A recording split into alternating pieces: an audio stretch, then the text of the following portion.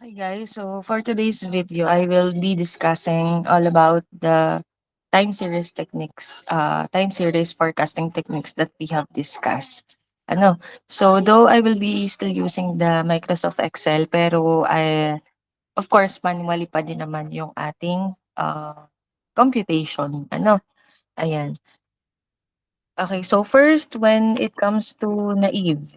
Okay, so alam niyo naman kung ano yung reason bakit kinukuha pa din natin ah, yung per month or per period. So because gagamitin natin siya para sa pagko-compute ng ating forecast error. Ayan. So though possible there are questions na ang i-a-ask lang ay yung dulo, or yung future periods. So kung yun lang yung tinatanong, so don't waste your time na kuhanin pa yung previous.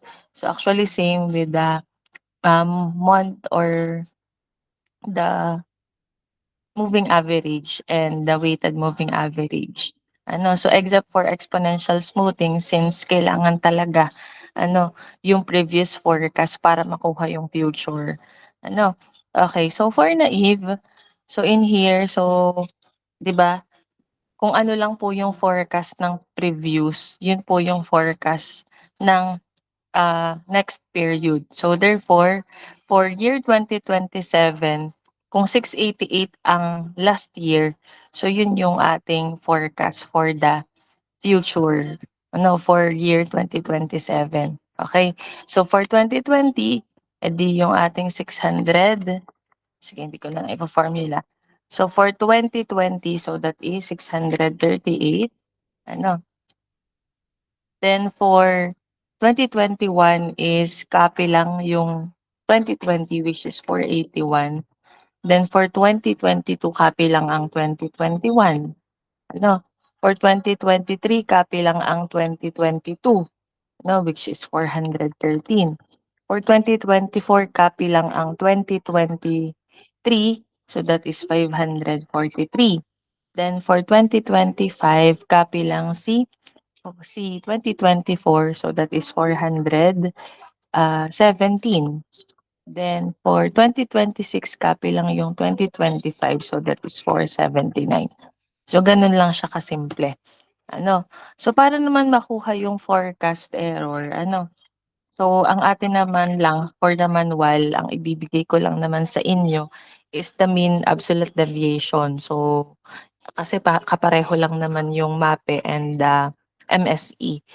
So dun na lang tayo sa medyo maliit yung value kasi kapagka yung mean squared error mataas na yung makukuha nating values. So dito na lang tayo mag-focus sa mean absolute deviation.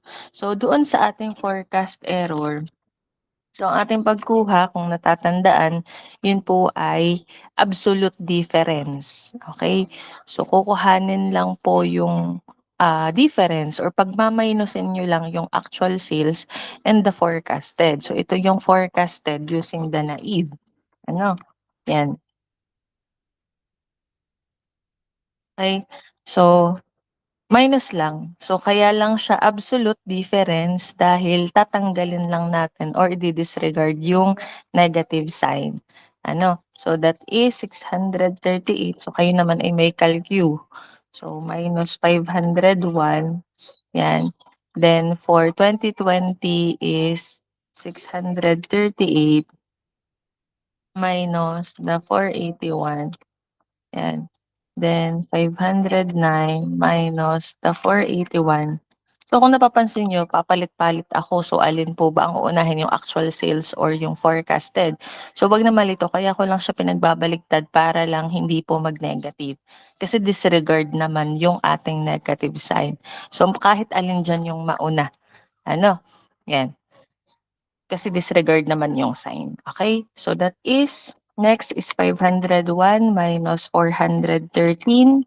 Tapos, 543 minus 413, then 543 minus 417, then 479 minus 417, and lastly 688 minus 479. So, hindi na natin siyempre kukuhanan yung wala naman tayong pagmamainusan, which is itong 2018 and yung for 2027. Ano, yan. So, and then anong gagawin natin? So, simply i-average lang natin ito. So, paano bang pag-average? So, 'di ba, pagpa-plus-plusin, ano, ta's lang po lahat ng values na nakuha niyo 'no. So, i-type niyo na lang sige para hindi ano. So, 137 plus 157 plus 28 plus 88 plus 130 plus 126 plus 62 plus 209. Okay. Ayan. So, simply divided by kung ilan po ito. So, 1, 2, 3, 4, 5, 6, 7, 8. No? Yan. So, ito yung ating MAD. Ano? Ang MAD po natin or the mean absolute deviation is 117.13. Okay? Yan. So, stop ko muna yung recording and para cut-cut natin yung ano.